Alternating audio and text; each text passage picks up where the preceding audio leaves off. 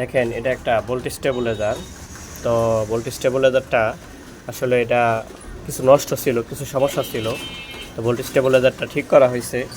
তো এখন voltage stabiliser বিক্রি করে দিছি। তো দেখেন এখানে আগে দুইটা কাটা ছিল, ভোল্টেজের জন্য দুইটা কাটা ছিল।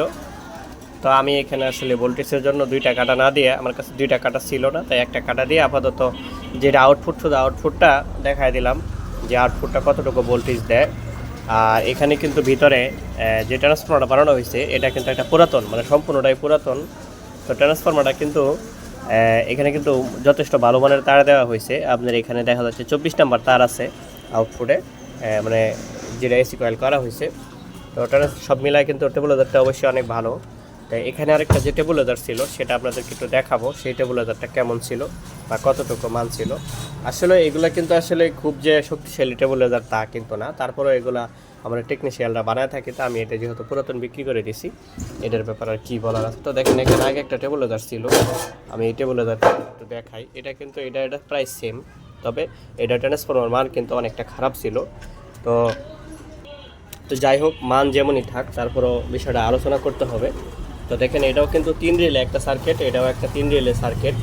তো সার্কিট কিন্তু সেমই আছে, কিন্তু ট্রান্সফরমারটা অনেকটা কম বেশি ছিল। দেখেন দেখতেই পারতেছেন এই ট্রান্সফরমারটা কিন্তু এটার চেয়ে অনেকটা গুণে মানে ছোট। তা আমি এটাতে যতটুকু বুঝতে পারলাম, এখানে আসলে 31 নাম্বার তার বা 29 নাম্বার তার, এত চিকন তার ব্যবহার করা হয়েছে। তবে দেখেন এখানে কিন্তু অনেক হেভি তার ব্যবহার করা হয়েছে, ফলে কিন্তু এই টেবুলাইজারটাও কিন্তু পুরাতন, এটাও পুরাতন। তো এটা কিন্তু দীর্ঘদিন চলার পরেও টেবুলাইজারের যে ট্রান্সফর্মার আছে এটাতে কিন্তু কোনো ক্ষয়ক্ষতি হয় নাই। তাই এটা কিন্তু অলরেডি পুড়ে গেছে, এটাতে অলরেডি পুড়ে গেছে। এটা পুড়ে যাওয়ার কারণ হলো যে টেবুলাইজারের যে মূল যে ক্যাটাগরিটা, মূল যে সিস্টেম, টেবুলাইজার যখন কিন্তু কোনো জায়গায় ভোল্টেজ যদি কম বেশি থাকে, তো সেক্ষেত্রে কিন্তু এটা ভোল্টেজ টেবুলাইজার এই ট্রান্সফর্মারটা কাজ করে, ভোল্টেজটা এখান থেকে কম বেশি করে একে সঠিকভাবে আউটপুট 220 ভোল্ট পার করে দেয়। কিন্তু এটা আসলে কোলাইতে পারে নাই, এটা আসলে এখানে কোলাইতে পারে নাই, কারণ এটা যে জায়গায় টেবুলাইজারটা ছিল সেখানে ভোল্টেজ অনেক কম, আমি জানি ওখানে, কারণ ওনার সাথে আমার দীর্ঘদিনের পরিচয়। ওখানে ভোল্টেজ অনেক সীমিত।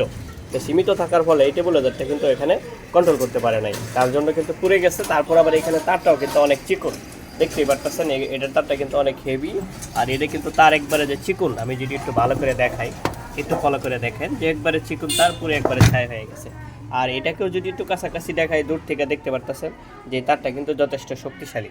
তো যাই হোক, আমাদের কাছে এই ধরনের অনেক ভোল্টেজ টেবুলাইজার আছে তামা অ্যালুমিনিয়ামের, যদি আপনাদের প্রয়োজন পড়ে আপনারা নিতে পারবেন। আর এই ধরনের টেবুলাইজার যদি আপনারা কেউ ঠিক করতে চান, অবশ্যই আমাদের সাথে যোগাযোগ করতে পারবেন।